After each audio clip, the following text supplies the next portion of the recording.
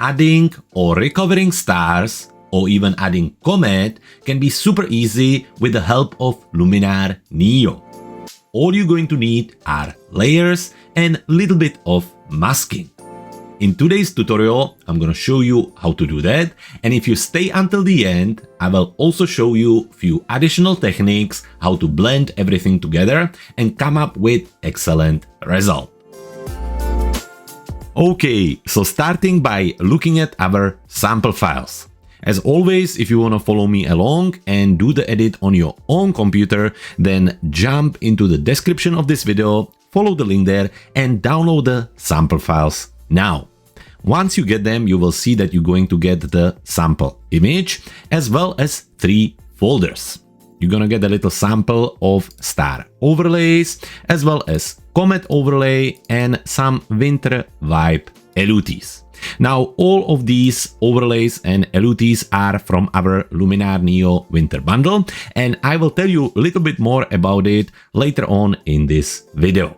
However, for the time being, get the sample file image and move it into Luminar NEO. Moving into Luminar NEO, we are in the catalog module and our image is here. So we can just click on it to select it and we're gonna move it into the edit module. Now, if you would be editing your own image, I would suggest you to apply basic development first. Take care of the development in the develop tool or enhance AI, adjust your noise and sharpness, and once you have all of that ready, you can pretty much continue with the same steps I'm gonna be doing now. And for us, the sample file is already developed, so we can move on to adding the stars. Now to do that, we're gonna be using the power of layers panel in the top left corner of the screen, where we're gonna click on the plus sign and on the top click on load image. From here, navigate towards the location of the sample files and first open the folder with the star overlays. Select the overlay and click on open. Now, since we're already here, let's go ahead and add our comet by clicking on load image. Back to the sample files, comet overlay, select the overlay and click on open. Now first we're going to be adding the stars. So let's select the stars overlay and click on it. Just like that, in few seconds, the overlay will appear in our layers panel and also on our image. You can see that it's selected because it has the orange frame around it and it also has orange frame on the image. Now to adjust it, well, you can hover over it and drag it around, and you can also use the white dots in a corner to adjust its size. When you hover outside of the overlay, you can rotate it, and you can drag individually the sides of the overlay to adjust the height and the width. Now with us, what we're gonna do, we're gonna position it to the upper part as we're gonna be placing the overlay over the sky. And it is up to you to see how big stars you want, but I think probably around here will look quite good. So make it, somewhere around here. And once you're happy with the position, we can then move into the layer properties and increase the opacity all the way to 100. Now to make the job a little bit easier, just make sure that none of these big stars are over the edge of the forest. It will just make our job easier when we're going to be doing masking. So let's have a look at it, maybe somewhere around here. Now after that, of course, that we need to add the stars also to this part of the image. So what we're going to do, well, let's just make the image a little bit bigger. And then into layers, right click on our overlay with the stars and select duplicate layer. It will take a few seconds and the application will create another layer with the stars, which we can now take and shift it on the other side of the image. You want the two sets of overlays overlap a little bit to make it a little bit more natural. So I think, somewhere around here looks good. So clicking away, or hitting enter, we can now see what we have. We have the stars all over the sky and pretty much covering everywhere we need. But of course, it doesn't look very realistic, right? We have the stars over the mountains as well as the trees. Well, what we can do, we can use the power of masking. So we're going to select first the overlay here over the mountains, and we're going to go back to layer properties, click on masking, select the brush, and in the brush, we will be using the erase, as we're going to be erasing part of the overlay. To start with, let's make the size quite big, softness down to 5, and strength definitely on 100. Once we over the image, you can use the bracket keys to adjust the size. And to start with, let's go ahead and remove the big parts of the overlay, the one where we don't have to be exact. So just over the mountains, something like this is a perfect start. So something like this. Now, once finished, then we're gonna have to zoom in, and you can do that using Command or Control plus on your keyboard or the wheel on your mouse, or you can also use the little shortcut at the bottom of your screen. Now we're going to zoom in even closer. We can adjust the size of our brush.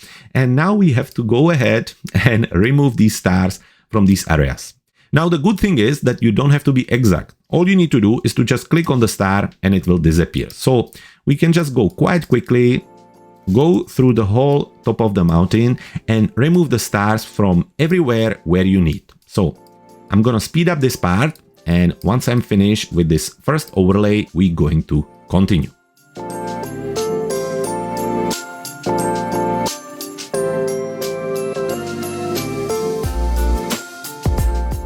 Okay, finished with this part, so let's just zoom out and double check the result from far. And I think that this part looks good. Now, before we going to continue, let me show you why I ask you to avoid the big stars over the forest. Because, as you can see when I zoom in, they have these little star effects and also glow around them. So to remove them, when I, let's say, brush over here, it creates this kind of unnatural effect around it and it's way too visible. So you kind of have to go further in and remove bigger part, which again doesn't look that great. So try to avoid placing the big stars over the areas you will need to mask out, as again, it will make your life a little bit easier. Now we're gonna do exactly the same for the second overlay. Again, we're gonna zoom out a little bit. We're gonna make our brush nice and big, but first we need to go layer properties, masking, brush, and the same settings. So erase, softness on 5 and strength on 100. Make the brush nice and big, and let's go ahead and remove the parts where again we don't have to be very precise. So just something like this. Adjust the size if you need to, and just very quickly remove these areas. You can always zoom in and out, of course, to speed up this process. And once you're happy with the rough adjustment, so I think just somewhere around here, then we will do the same as we done earlier, and we will go in and start to remove the stars pretty much one by one. Well, not exactly. Anyway, if you do make mistakes, so let's say that I remove the stars from here, you can always hit X on your keyboard, which will switch from erase to paint, and you can very much paint that area back. Or, of course, you can use the Command or Control Z to undo the step. So anyway, let's zoom in, adjust our brush if we need to, make sure that you on erase. And again, let's speed up this part where I'm going to be removing the stars from these areas around the trees. Now, don't remove too much of it. Of course, some of them hovering over the tree like this is important to remove, but leave some in between the branches as it will make it look a little bit more natural.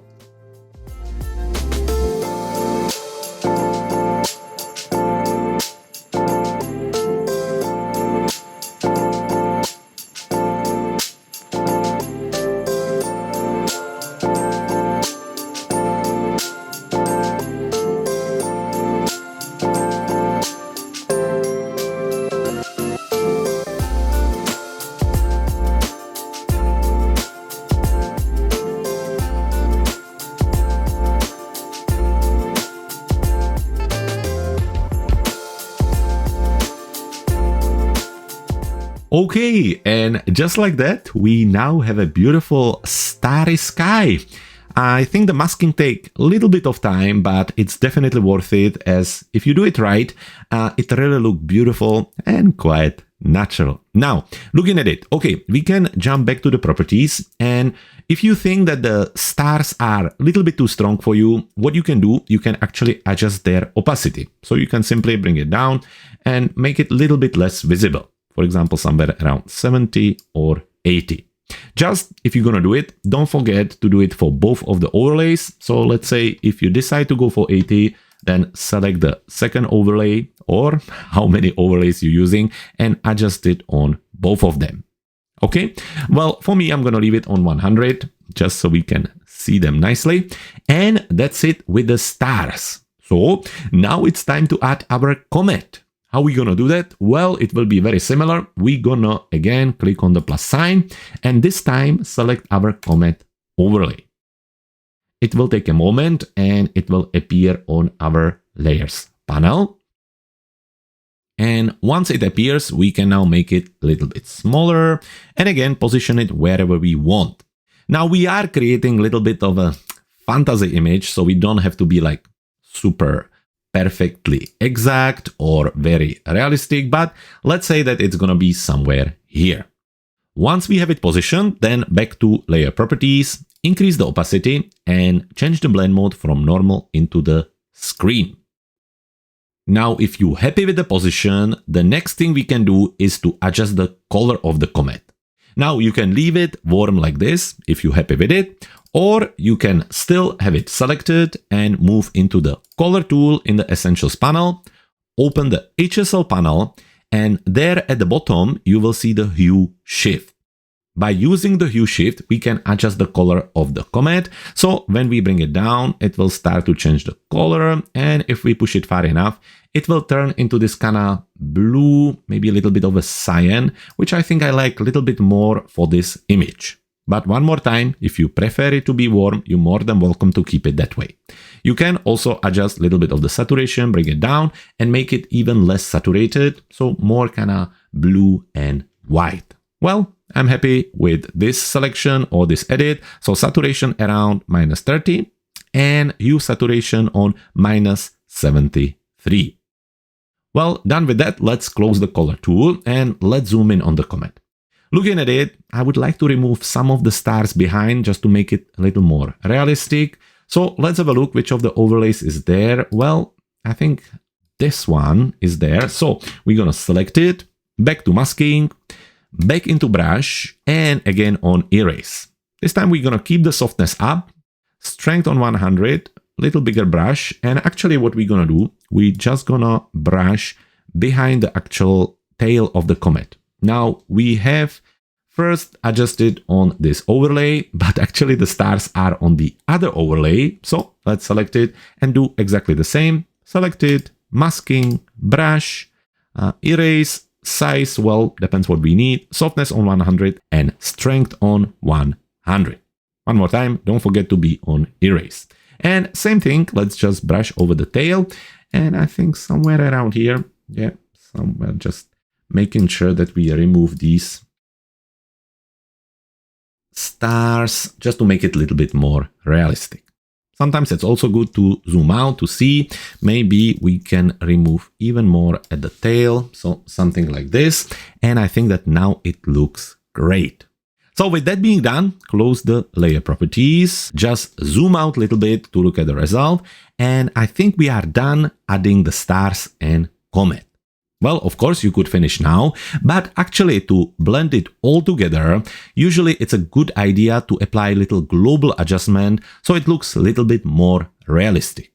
And for global adjustment, we need to blend everything together. At this moment, Luminar NEO cannot merge all layers together in the layers panel, so the only way to do this is to export the image in the highest possible quality and then bring it back into the application. So let's go ahead, right click on the image and select export. In the next window, well, navigate wherever you want, but I will go back to our sample file folder. Then I'm going to call it something like mid edit, and then I'm going to adjust the exporting settings. Keep sharpening on none, resize on original, sRGB in a color space is perfectly enough. Format, change it from JPEG into the TIFF.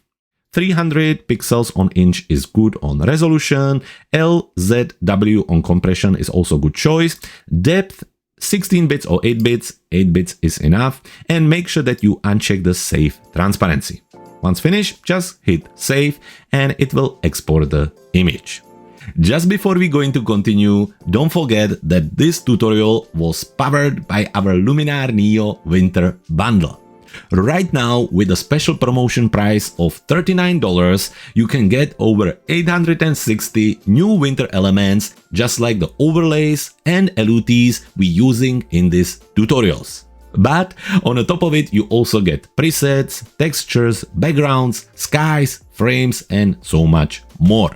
Now to get it and to be ready for the upcoming winter and festive season, just follow the link in the description of this video. And with that, let's go back to Luminar NEO and into catalog module, where we're going to continue. When the image is exported, we can navigate back to the catalog and we should already have the made edit image here. If it's not here, just import it back into the application, select it and move it into the edit module. And just like that, we now have only the one layer with all our stars, comet and the image blend together. So what can we do now? Well, we have a number of creative tools we can be using. So let's go ahead and navigate into the creative section of the main editing toolbar. Here we can start with the mystical tool. And inside of the mystical tool, really it's as simple as increasing the amount slider. So this will work quite nicely. It's up to you how much. I think around 25 will work well. Close that and move on to another tool. Next thing we can do, we can add a little bit of glow to the comet as well as the star on the top of the tree. And to do that, we can, for example, use the Magic Light AI. Inside, just increase the intensity and the application will scan the image and look for different sources of light. It found the light on the house as well as the star on a tree, comet, and some on the tree.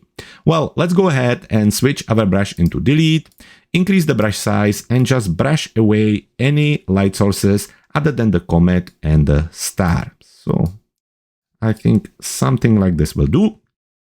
Now back to our editing toolbar here and back to the tool. We're gonna go into the beam width and bring it all the way down. We don't want to add any more star effect than there is already. But we want to add a little bit of extra glow, maybe adjust the clearness. So let's have a look at it. Down a little bit to somewhere around 15. With the brightness, see what you like. I would like to add a little bit, so maybe around 50. Finally, just to adjust the overall effect, use the intensity and see what you prefer.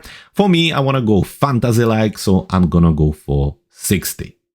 So that's the Magic Light AI. Now, finally, one more step to make it a little bit more cinematic is to apply a little bit of haze or fog. And we're gonna do that using the Atmosphere AI tool in the landscape section. Open it, switch the mode from fog to layered fog and just increase the amount. Once happy with that, then adjust the depth to make sure that it kind of covers middle and bottom of the image. So I think somewhere around here. You can adjust the lightness if it's a little bit too strong for you, but more importantly, just bring the amount back and just make it a little more realistic. So I think somewhere around 30.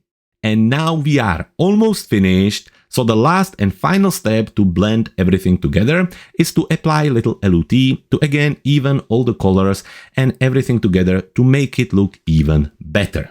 To do that, we're gonna jump into the Mood tool. Here, click on the Choose LUT drop-down box.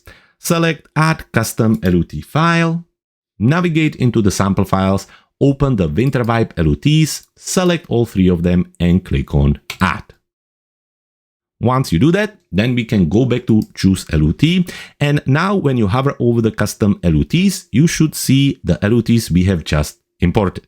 When you hover over them, you will see what effect it makes on the image. And I think the second one especially works really well on this photo. So let's go ahead and add around 40. We can double check the before and after, and I think it looks beautiful, romantic, and just very cinematic. Finally, if you're looking at the image and you think it's just a little bit too blue, what you can do, you can go back to the Essentials tool, open the color toolbar, go into the HSL panel, switch from hue into the saturation, and just take the blue slider and bring it down a little bit. Now, it's up to you how much, you don't want to overdo it, but I think just maybe somewhere around -20 when you see the before and after, just makes it, a little bit less blue, a little bit more natural. Close the color tool, and we are finished. Well, and this is how you add stars and comet to your image. If you are in the mood for more similar tutorials, we already have a tutorial on how to add snow to your images and even how to light up the fireplace. So it doesn't have to finish here. Come and join us for more tutorials for Luminar NEO and learn how to get the most out of this incredible photo editing application.